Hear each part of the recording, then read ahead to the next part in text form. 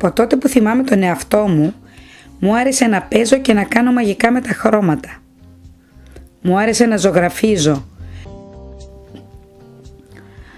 να ασχολούμαι με κατασκευές, να μαθαίνω για τους ζωγράφους και τους γλύπτες, να επισκέπτομαι μουσεία, να βλέπω έργα τους.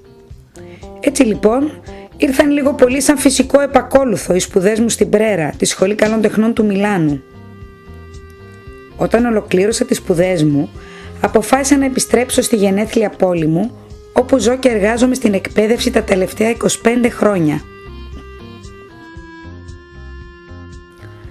Αγαπώ την πόλη μου τη Θεσσαλονίκη με τις πλατείες και τους δρόμους της, τις γειτονιές της, το λιμάνι της, την παραλία της, τα αξέχαστα ηλιοβασιλέματά της, τα μνημεία της, τα μουσεία της, τις αγορές της, τα αξιοθέατά της, την πολυπολιτισμική ιστορία της.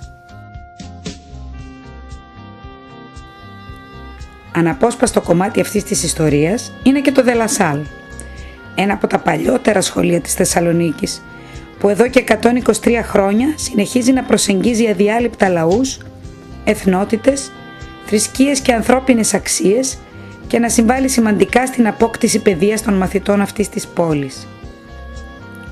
Στο σχολείο αυτό εργάζομαι ως καθηγήτρια καλλιτεχνικών, προσπαθώντας να μεταδώσω στα παιδιά, τους μικρούς μου καλλιτέχνες, την αγάπη μου και το πάθος μου για την τέχνη μέσα από όλα αυτά που φτιάχνω μαζί τους στο καλλιτεχνικό εργαστήριο. Με την έναρξη της προηγούμενης σχολικής χρονιάς, ο συνάδελφος και φίλος μου Τάσος πρότεινε στο σχολείο την εφαρμογή του Ευρωπαϊκού Εκπαιδευτικού Προγράμματος Κομμένιους με θέματα δάση, που υλοποιήθηκε κατά τη διάρκεια των 2 χρόνων που πέρασαν με την αγαστή συνεργασία μαθητών και συναδέλφων. Με μεγάλη χαρά ανταποκρίθηκα στο κάλεσμα Let the Forest Breathe, ευαισθητοποιήθηκα και άρχισα να δουλεύω μαζί με τα παιδιά και να δημιουργώ. Πήραμε λοιπόν τα πινέλα μας, βουτήξαμε με πάθος τα χρώματα και ζωγραφίσαμε πυκνά δάση σε όλες τις εποχές του χρόνου.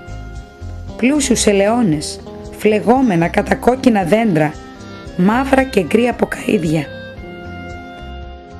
Γράψαμε μηνύματα, συνθήματα για να αφυπνίσουμε τη συνείδηση όλων των μαθητών και των συνανθρώπων μας.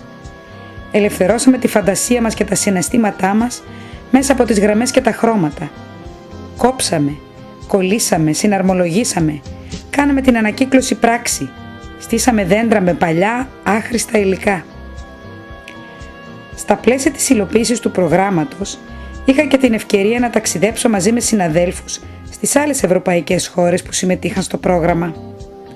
Επισκέφτηκα σχολεία, γνώρισα μαθητές και δασκάλους που μοιράζονταν το ίδιο περιβαλλοντικό όραμα.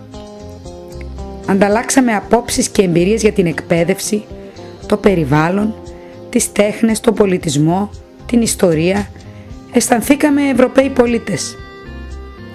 Μετέφερα τις εμπειρίες μου και τις γνώσεις μου στους μαθητές μου, κεντρίζοντάς τους την περιέργεια, δίνοντάς τους τις ευκαιρίες να δημιουργήσουν, να νιώσουν μεγάλοι καλλιτέχνες.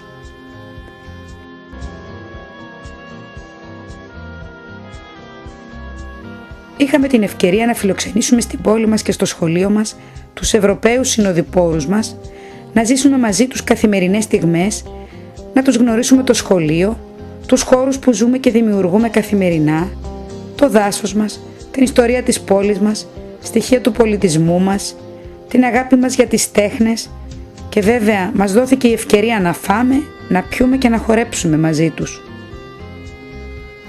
Ανταλλάξαμε συναισθήματα, κάναμε καινούριους φίλους, νιώσαμε ότι ζούμε σε μια Ευρώπη των πολιτών, όπου παρόλα τα ιδιαίτερα χαρακτηριστικά του καθενός, μας ενώνουν πολλά κοινά, έχουμε κοινούς στόχους και όλοι μας προσπαθούμε να ανταπεξέλθουμε στην κρίσιμη εποχή στην οποία ζούμε.